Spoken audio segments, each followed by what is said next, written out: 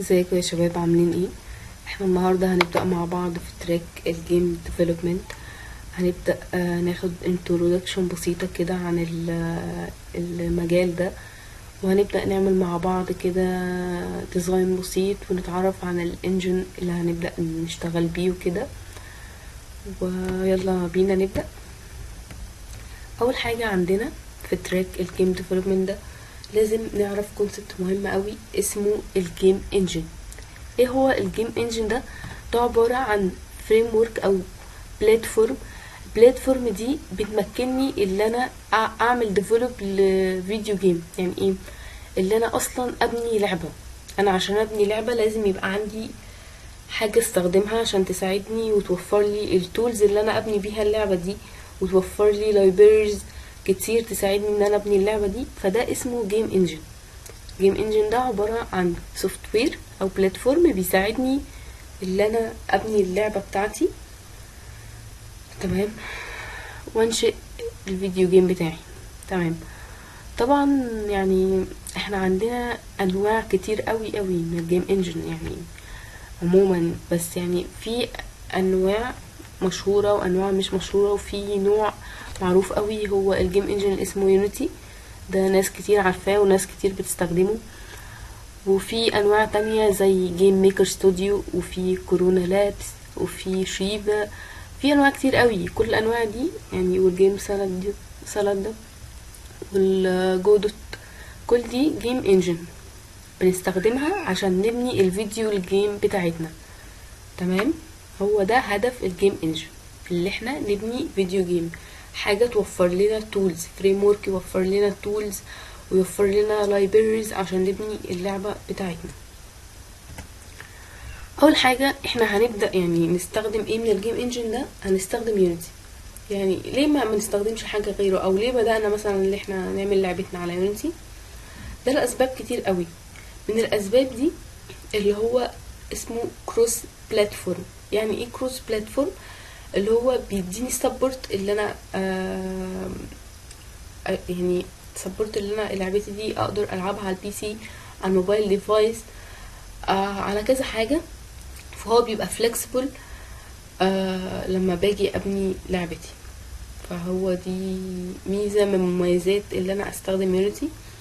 تاني اهم ميزة اللي انا استخدم يونيتي اللي هو ايزو فيوز. يعني ايه ايزو فيوز؟ اللي هو من معناها ايزو فيوز اللي هو سهل قوي في الاستخدام.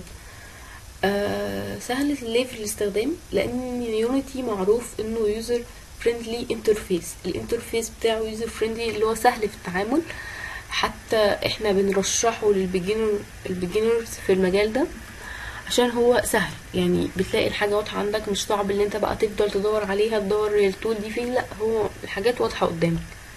فدي تاني اهم ميزة. يعني اول ميزة اللي هو كروس بلاتفورم، بيسبورت البي سي، بيسبورت الموبايل، الكونسول، الفي ار والاي ار. تاني اهم ميزة اللي هو ايز اوف يوز، اللي هو يوزر فريندلي انترفيس. تالت اهم ميزة يونيتي بيقدمها لنا هي اسيت ستور. اسيت ستور ده يعني كنز عندنا في يونيتي. ليه كنز في يونيتي؟ لان اسيت ستور ده عليه كمية رهيبة من الاسيتس اللي انا بستخدمها عشان ابني لعبتي وابني الديزاين بتاعي. يعني ايه اسيت اصلا؟ لو حد ما يعرفش اسيت، الاسيت دي الصور بتاعتي اللي انا بكون بيها اللعبة. يعني مثلا البلاير ده اسمه اسيت، الانمي اسمه اسيت، التري بتاعتي دي اسمها اسيت. اي صورة بستخدمها عشان ابني الجيم ديزاين بتاعتي اسمها اسيت. تمام. فعشان بس ما نتوهش من بعض، فقلنا تالت ميزة هي اللي هو يونيتي ده بيقدم لنا اسيت ستور. اسيت ستور ده بيبقى فيه كمية كبيرة من الاسيتس اللي بقدر انزلها، اعمل لها داونلود عندي في البروجكت واستخدمها. فدي ميزة مهمة جدا اوي. رابع ميزة عندنا اللي هو multiple scripting language، اللي هو بيسبورت كذا لغة سكريبت اللي انا اقدر اكتب بيها كود عشان احرك الالعاب بتاعتي. من ضمنهم ايه؟ السي شارب والجافا سكريبت. فطبعا ده بيسهل كتير على الديفلوبر. لو مثلا حد عاوز يكتب جافا سكريبت يروح يكتب بيها، حد عاوز يكتب بالسي شارب يروح يكتب بيها، ما يضطرش يتعلم لغة تانية او كده. فهو بيدعم كذا لغة سكريبت يعني.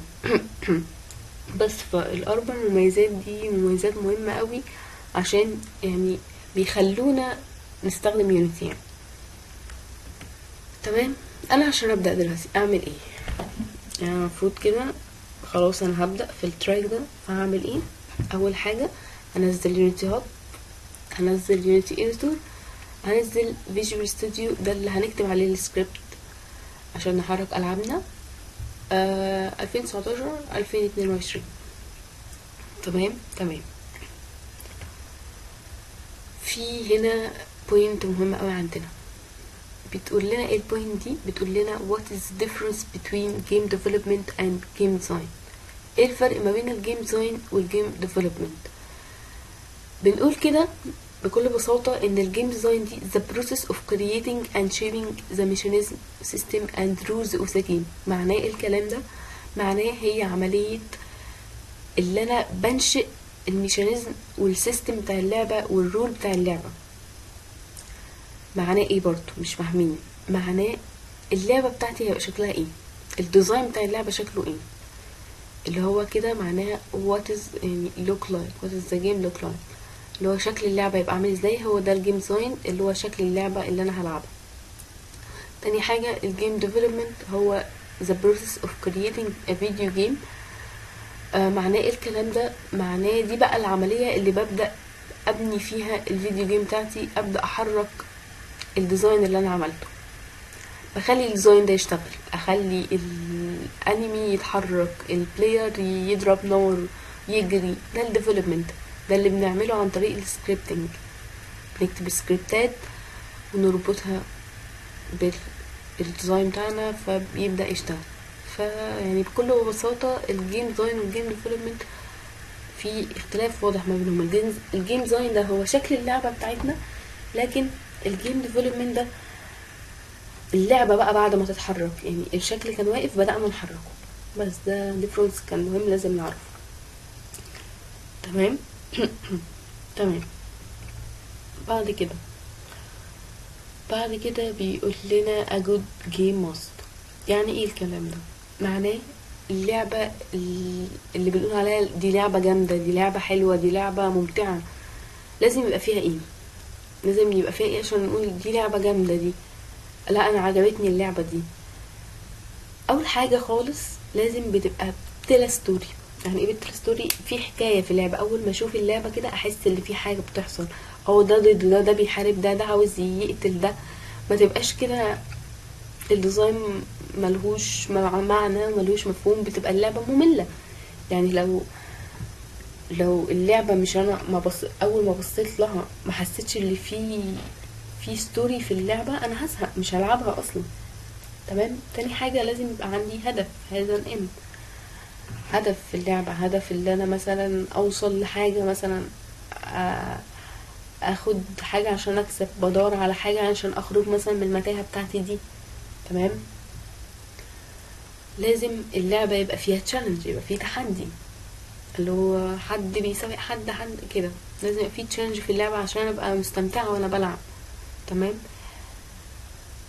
رابع حاجة interactive، تبقى اللي هو في تفاعل كده، يعني يبقى في بلاير، في انمي، في حاجات بترد على بعض كده عشان تبقى اللعبة بتاعتي مش واقفة، مش حاسة ان هي واقفة كده ما فيهاش حاجة. الاخيرة واهم حاجة هذا رولز.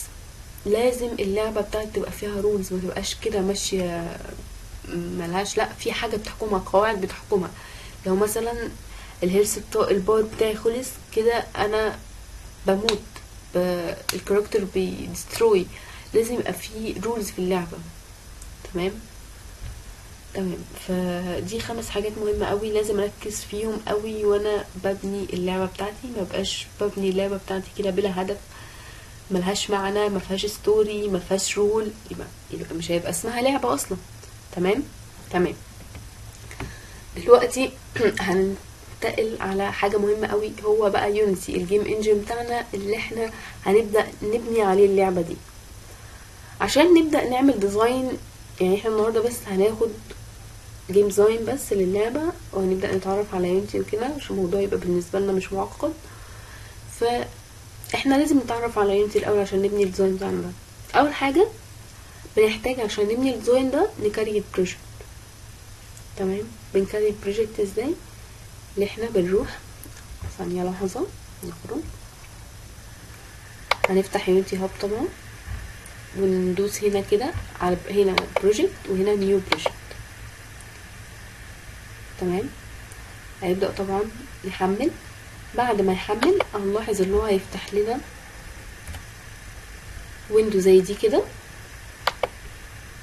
اهي. الويندو ظهرت، بيقول لك انا عندي 2D وعندي 3D. 2D عشان ابني اللعبة لو انا هبني لعبة 2D، و 3D عشان لو هبني لعبة 3D. وفي الاغلب ال 3D تعرف تبني برضو عليها لعبة 2D، بس احنا مش بنرجح كده. لو انت هتعمل لعبة 2D فانت اختار 2D احسن. هنا البروجكت نيم، بندي البروجكت بتاعنا اسم. انا مثلا هقول IEEE جيم مثلا، بقول كريت بروجكت.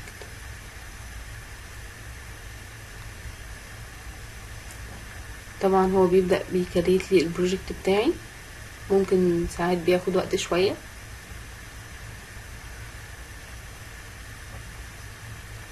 تمام، بيبدأ يفتح لنا الويندو الموف دي، وبيبدأ يحمل معانا شوية عادي. هو ساعات بيطول اصلا في التحميل لان يونيتي بيبقى تقيل على الجهاز شوية، فساعات بياخد وقت. تمام،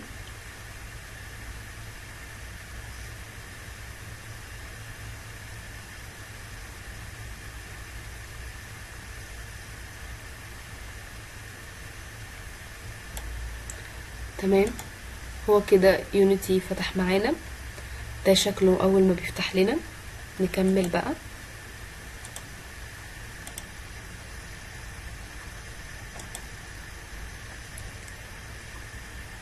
تمام، اول حاجة عاوزين نتعرف عليها في يونيتي، يعني هنبدأ نتعرف على يونيتي كده عشان نعرف نعمل جيم ديزاين. حاجة اسمها جيم اوبجكت. ايه هو الجيم اوبجكت ده؟ يعني هو شايف ايه بلاير ده؟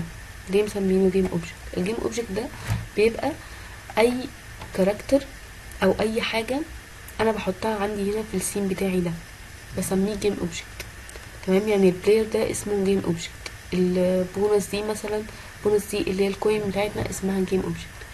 فاي كاركتر او بروبوز او اي كومبوننت انا بحطها في السين عندي هنا بتبقى اسمها جيم اوبجكت. تمام. تاني حاجة مهمة عندنا اسمها الكاميرا، المين كاميرا دي. المين كاميرا دي ليه مهمة؟ لانها هي اللي بتعرض لنا الجيم فيو. يعني الجيم فيو، الجيم فيو ده الفيو اللي اللاعب بيشوف.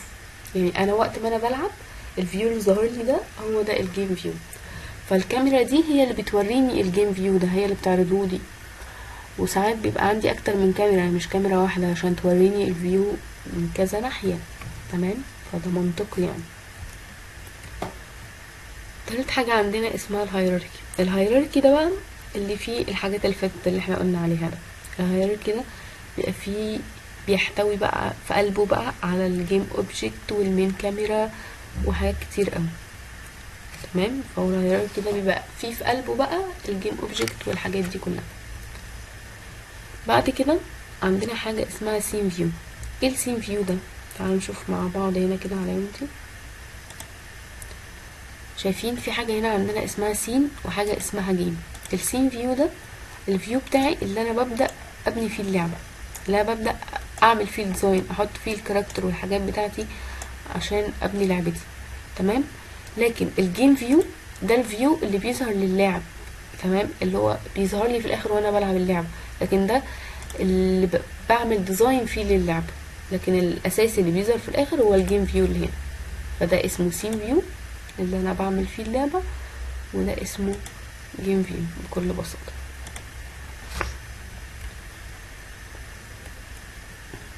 بعد كده عندنا ويندو تانية اسمها بروجكت.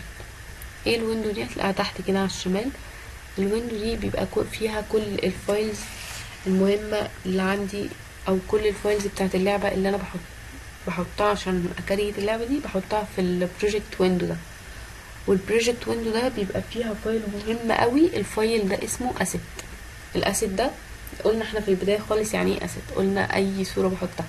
يعني شايفين البلاير ده اسمه اسيت، شايفين الكوين ده اسمه اسيت.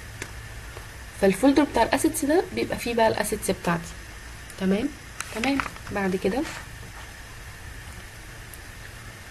عندي حاجة اسمها انسبكتور. الانسبكتور ده انا مثلا لما اجي اضغط على جيم اوبجكت من عندي هنا اضغط على البلاير، فلما بضغط على البلاير بيظهر في الانسبكتور ده البروبرتيز بتاعه البلاير اللي انا اقدر اتحكم فيها. يعني مثلا اقدر اتحكم في طوله، في عرضه، اغير في لونه وهكذا. فالانسبكتور ده لما باجي اضغط، يعني انا عندي البلاير اهو بضغط عليه بدوس عليه بيقوم ظاهر لي الانسبكتور بتاعه، بيقدم لي بروبرتيز وحاجات انا اقدر اغيرها في البلاير ده. طبعا كل ده هنشوفه واحنا بنعمل الديزاين بتاعنا. تمام. بعد كده عندنا حاجة اسمها ترانسفورم. ترانسفورم ده يعني عشان يوضح لنا اكتر الانسبكتور بيعمل ايه. الترانسفورم ده بقدر منه اغير البوزيشن بتاع الجيم اوبجكت بتاعي، اغير الروتيشن بتاع الجيم اوبجكت بتاعي، اغير السكيل بتاع الجيم اوبجكت بتاعي.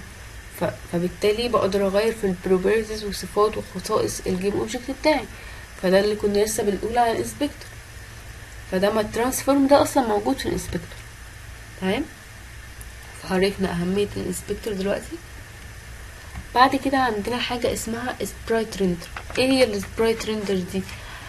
بنستخدمها السبرايت ريندر ده عشان مثلا اغير في لون الاسيتس بتاعي. يعني بصوا لو ملاحظين فيها كولر. تمام. اغير في السبرايت اصلا. يعني انا دلوقتي البلاير ده اسمه اسيت او اسمه سبرايت، ممكن انا عاوزه احط بلاير شكل تاني اقوم واخده الصوره واعملها دراج ودروب هنا في السبرايت فشكل البلاير يتغير خالص. ممكن اغير ايه تاني، اللي انا اعمل فليب للسبرايت بتاعي، اعكسه في الاكس، اعكسه في الواي وهكذا. فهو ده السبرايت ريندر، وده موجود برضو في الانسبكتور. يعني الانسبكتور لحد دلوقتي احنا خدنا اللي هو موجود في ايه، موجود في الترانسفورم اللي بقدر اتحكم في البوزيشن والروتيشن والسكيل بتاع الجيم اوبجكت بتاعي، وموجود برضو السبرايت ريندر اللي بيخليني ممكن اغير لون السبرايت، يخليني اغير السبرايت اساسا، يخليني اعمل فليب للسبرايت وهكذا. بعد كده عندنا ويندو برضو مهمة جدا جدا جدا اسمها الكونسول ويندو. الكونسول ويندو دي بتعمل ايه؟ الكونسول ويندو دي بتعمل حاجة مهمة، اللي هي بتظهر لي كل الايرورز، كل الوارنينجز. ايه الايرورز دي والوارنينج دي بتطلع منين اصلا؟ بتطلع من الكود. لما احنا بنكتب كود، بنكتب سكريبت عشان نحرك مثلا اللعب وكتبنا مثلا سطر غلط، نسينا كلمة، نسينا حاجة، فلما باجي اعمل بلاي للعبة بتاعتي بيبدأ الكونسول ده يظهر فيه كده زي وارنينج او ايرور، يقول لي خلي بالك في هنا حاجة مش تمام، في حاجة مش شغالة، لعبتك مش هينفع تشتغل الا لما تصحح الايرور ده. فدي بكل بساطة فايدة الكونسول ويندو.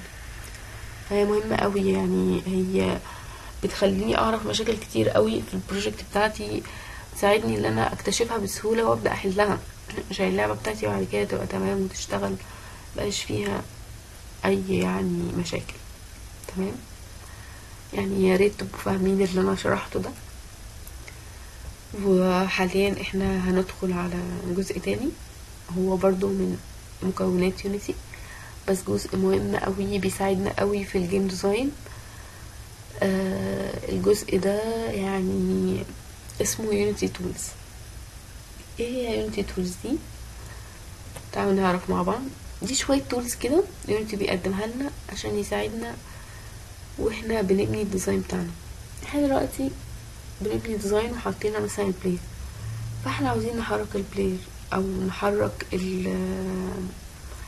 السين بتاعنا مثلا، يعني سوري، يعني عاوزين نحرك السين مثلا مش البلاير، عاوزين نحرك السين.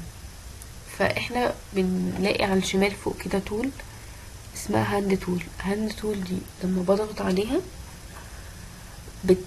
يعني اضغط عليها بتخليني اقدر اتحرك بالسين بتاعي كده في الماوس. تمام، تعالوا نشوف. بصوا ده السين بتاعي.